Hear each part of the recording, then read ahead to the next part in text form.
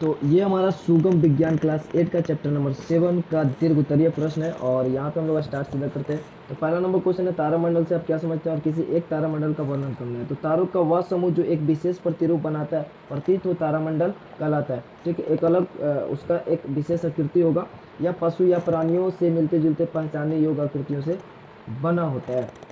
और एक तारामंडल तो सप्तर्षि तारामंडल काफ़ी इजी है इसको वर्णन करना, तो इसलिए हम लोग इसको इजीली वर्णन कर सकते हैं। आपको पता है सप्तर्षि किस प्रकार से, एक यहाँ और एक यहाँ और एक यहाँ, ये इस प्रकार से 4 होता था। ठीक है, उसके बाद ये 3 इधर इस प्रकार से होता है, इस प्रकार से बना सकते हैं। ठीक है, इस प्रकार से, या फिर एक ऐसे भी होता है, ऊपर की ओर भी 3 ऐसे होता है। ठीक है, ये नहीं होता, ऐसे भी होता है। तो अब फिगर हमने पीछे भी दिखाया था आपको।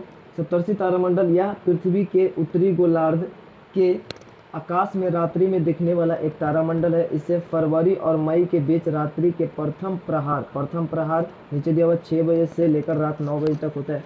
तो प्रथम प्रहार में उत्तरी आकाश में आसानी से देखा जा सकता है। इसके 7 सबसे चमकीले तारे कलची या प्रश्न चिन्ह, जो इस प्रकार से आकृति होता है ना, प्रश्न चिन्ह जैसे होता है, इस प्रकार से प्रश्न चिन्ह होता है। तो इसी प्रकार से आगे इस प्रकार से 4 होता है और 3 इधर होता है। या फिर कलची जो होता है अपना डब्बू टाइप से इस प्रकार से होता है। तो सेम वैसा ही इसका आकृति है। तो कलची या प्रश्न चिन्ह जैसे आकृति बनाते प्रतीत होते हैं।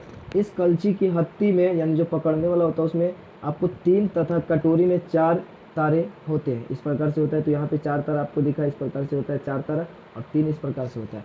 तो इस फिगर को हमने पहले भी देखा था। और शाम 6 बजे से लेकर रात 9 बजे तक के समय को रात्रि का प्रथम प्रहार कहा जाता है। वो एक वर्ड है, इसलिए हमने इसको लिखा है। दूसरा नंबर क्वेश्चन है, सौर मंडल की संक्षिप्त जानकारी देना है। तो सूर्य हमारा निकटतम तारा है। सौर मंडल मतलब सूर्य के चारों ओर जो भी ग्रह चक्कर मारते हैं, ठीक है, वो सारा जो है सौर मंडल हुआ, सौर परिवार हुआ। तो सूर्य हमारा निकटतम तारा है। यह निरंतर हर दिशा में विशाल मात्रा में ऊष्मा तथा प्रकाश उत्सर्जित कर रहा है। पृथ्वी की लगभग समस्त ऊर्जा का स्रोत सूर्य ही है। सूर्य तथा इसकी परिक्रमा करने वाले खगोलीय पिंडों से मिलकर सौर मंडल बना है। ठीक है, सूर्य हुआ, सूर्य तथा इसकी परिक्रमा करने वाले जो भी खगोलीय पिंड है, जो भी है, पृथ्वी है और भी कई सारे ग्रह हैं, और ग्रह के भी ग्रह उपग्रह है। तो ये सारे जो खगोलीय पिंड है वो सारा मिलकर सौरमंडल बना है। इस परिवार में बहुत से पिंड है, जैसे ग्रह, धूमकेतु, क्षुद्र ग्रह तथा उल्का है। सूर्य तथा इन पिंडों के बीच गुरुत्वाकर्षण बल के कारण ये पिंड सूर्य की परिक्रमा करते रहते हैं। ये है। और उसके बाद हम लोग आगे बढ़ते हैं। तो तीसरा नंबर क्वेश्चन है कि पृथ्वी की कुछ विशेषताओं का उल्लेख करना है। तो पृथ्वी के बारे में आपको पता है, यहाँ पे पानी है, यहाँ पे जीवन है। ठीक है, पृथ्वी एक अपने अपनी धुरी पे 24 घंटे में घूमता, परिक्रमा 300 लगभग 1 साल में करता है। तो ये सारे इसकी विशेषताएं हैं। तो आकार की दृष्टि से पृथ्वी का स्थान प्रमुख ग्रहों में 5वां है। ठीक है, आकार की दृष्टि से अगर देखा जाए तो ग्रहों में 5वां स्थान पे आता है। तापमान, ऑक्सीजन और प्रचुर मात्रा में जल की उपस्थिति के कारण पृथ्वी सौरमंडल का अकेला ग्रह जहाँ पर जीवन संभव है। पृथ्वी का आकार और सूर्य से इसकी दूरी पृथ्वी पर जीवन के 2 मुख्य कारक है। 2 मुख्य कारक है। पृथ्वी अपने आस पर निरंतर घूमती हुई लगभग 24 घंटे में एक चक्कर पूरा करती है, जिसे पृथ्वी का घूर्णन कहते हैं, जिसके कारण पृथ्वी पर दिन और रात होते हैं। पृथ्वी के घूर्णन की दिशा पश्चिम से पूरब होता है, इस प्रकार से होता है। ठीक है, पश्चिम से पूरब की ओर घूमता है पृथ्वी। तो इसकी जो घूमने की दिशा है पश्चिम से पूरब की ओर है। पृथ्वी लगभग 365 दिन 6 घंटे में सूर्य की एक परिक्रमा पूरी कर लेती है। इसे वार्षिक गति कहते हैं। तो ये कुछ विशेषता था। उसके बाद चौथा, बृहस्पति तथा उसके 4 मुख्य उपग्रहों की संक्षिप्त जानकारी देना है। तो बृहस्पति के बारे में और उसके 4 जो मुख्य उपग्रह है उसके बारे में लिखना, मतलब उसको लिखना है। 4 जो इसका उपग्रह है, यानी जो 4 तारा है। तो बृहस्पति और सौरमंडल का सबसे बड़ा ग्रह है। बृहस्पति सौरमंडल का सबसे बड़ा ग्रह है। इसका द्रव्यमान और सौरमंडल के सारे ग्रहों के कुल द्रव्यमान से भी अधिक है। यह ग्रह इतना बड़ा है कि लगभग 1300 पृथ्वियाँ इस विशाल ग्रह के भीतर रखी जा सकती है। बृहस्पति का द्रव्यमान पृथ्वी के द्रव्यमान का लगभग 318 गुना है। सूर्य से बृहस्पति की दूरी सूर्य के निकट के अन्य 4 ग्रहों बुध, शुक्र, पृथ्वी और मंगल के सूर्य से दूरियों के कुल योग से भी अधिक है। ठीक है, सूर्य से बृहस्पति की दूरी जो है वो जितना दूरी इन 4 ग्रहों की है ना, बुध, शुक्र, पृथ्वी और मंगल की, उस सूर्य से जितना दूरी है उसके कुल योग से भी अधिक है। पृथ्वी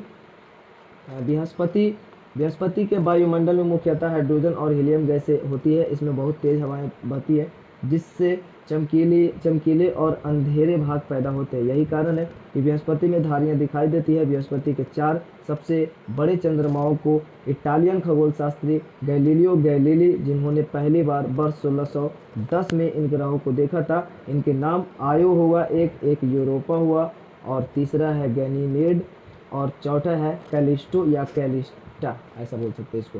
तो ये था बृहस्पति के बारे में। और लास्ट हमारा 5वां नंबर है कृत्रिम उपग्रहों के किन्हीं 3 मुख्य उपयोगों का वर्णन करना है। तो कृत्रिम उपग्रह के 3 मुख्य उपयोग निम्नलिखित है। पहला, संचार। तो संचार के लिए जब किसी उपग्रह का उपयोग किया जाता है तब उसे एक विशेष कक्षा में स्थापित किया जाता है, ठीक है, ऊपर भेजा जाता है। इस कक्षा को भू-स्थिर कक्षा कहा जाता है।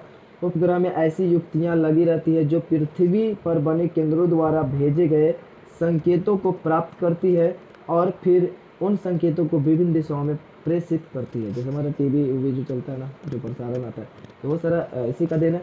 और दूसरा, सुदूर संवेदन। सुदूर संवेदन का अर्थ है कि विशेष क्षेत्र में बिना गए उस क्षेत्र के विषय में सूचनाएं एकत्रित करना।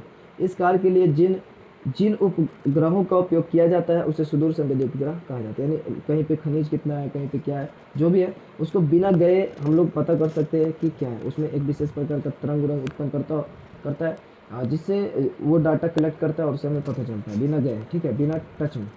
तो ये है इसमें, और ज़्यादा डिटेल में हम लोग जब रीडिंग का सीरीज होगा तो हम लोग बात करेंगे। तीसरा, मौसम संबंधी। तो मौसम संबंधी उपग्रहों का उपयोग कर विभिन्न ऊंचाइयों पर मौसम तथा जलवायु को प्रभावित करने वाले विभिन्न घटकों के विषय में सूचनाएं एकत्रित की जाती है। इन सूचनाओं का विश्लेषण कर वैज्ञानिक निकट या दीर्घकालीन भविष्य के मौसम के विषय में भविष्यवाणी कर पाते हैं कि कब भूकंप आएगा, कब आंधी तूफान, ये सब आएगा, जिससे सरकार को सूचना मिलती है और सरकार पहले से सचेत रहती है ताकि जान माल की क्षति कम हो। तो ये हमारा 3 उपयोग था। और बाकी हम लोग अब नेक्स्ट चैप्टर एक लास्ट है 18 नंबर, जो कि हम लोग बात करेंगे। तो उसके लिए आपको कमेंट बॉक्स में कमेंट जरूर से करना है और चैनल नए तो लोग सब्सक्राइब करके बेल आइकन को प्रेस कर दें। मिलते हैं नेक्स्ट वीडियो में। जय हिंद, जय भारत।